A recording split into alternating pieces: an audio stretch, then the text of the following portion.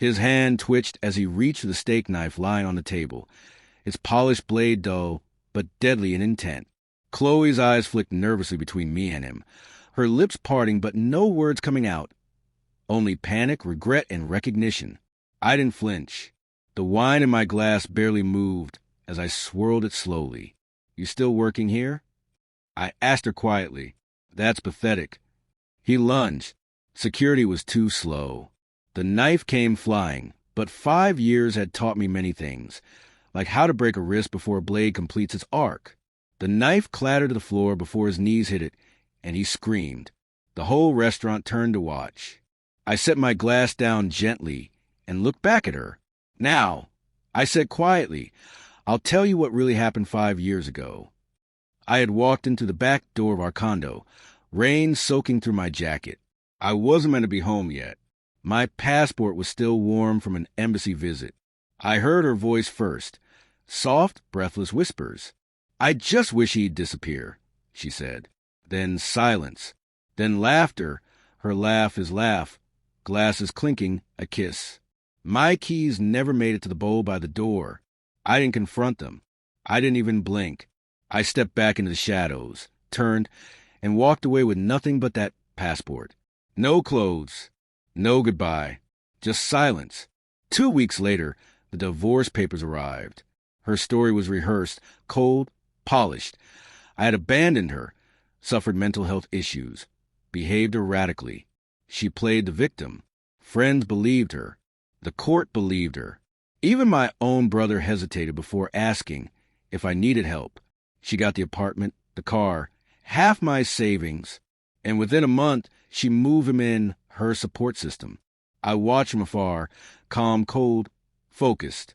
A year passed. I had built a quiet life overseas, small tech contracts, minimalist living, nothing flashy.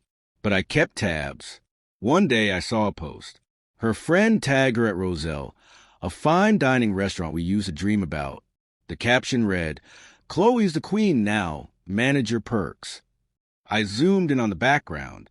He was there, too, the same smirk, the same arrogance.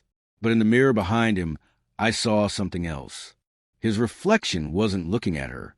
It was watching the waitress, and his hand rested on her thigh under the table. In that moment, something inside me snapped, not in anger but clarity. He didn't love her. He used her, just like she used me. That's when I began to plan. I didn't rush back. Instead, I hired someone local, someone with connections. She dug through the restaurant's financials, vendor ties, and quiet records. The place was drowning in debt. The owner was an aging chef with a gambling problem. I moved fast. I bought the restaurant through a shell company. Cleanly, quietly, with no red flags. Chloe stayed on. She didn't know. No one did. I watched security footage.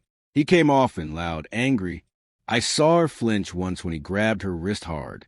Funny how karma doesn't always wait. Tonight was their 5-year anniversary.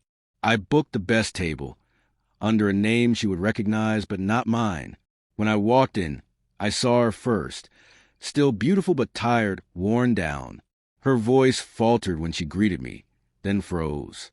"Chloe," I asked just loud enough, "you still work here?" Her smile died in her throat. "That's sad." He was already rising from his seat, tense, animalistic. Who the hell? He never finished. The knife was hidden beneath the napkin. I saw it. He reached for it too fast. Security moved, but not before he tried to strike. He didn't expect me to pivot, to dislocate his shoulder, to sweep his leg out from under him. The blade hit the floor. He screamed. I stood over him, calm. My heart never raced.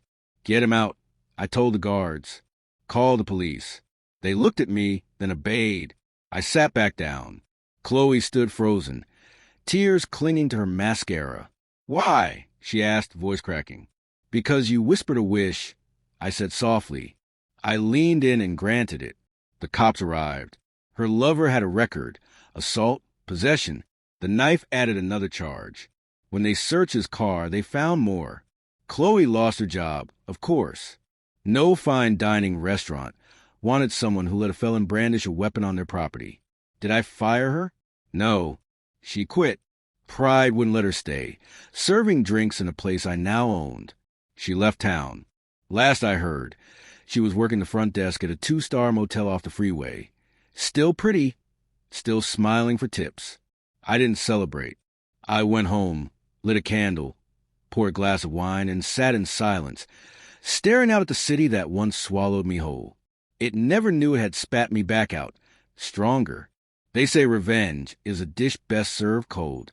Mine was served rare, with wine and an audience.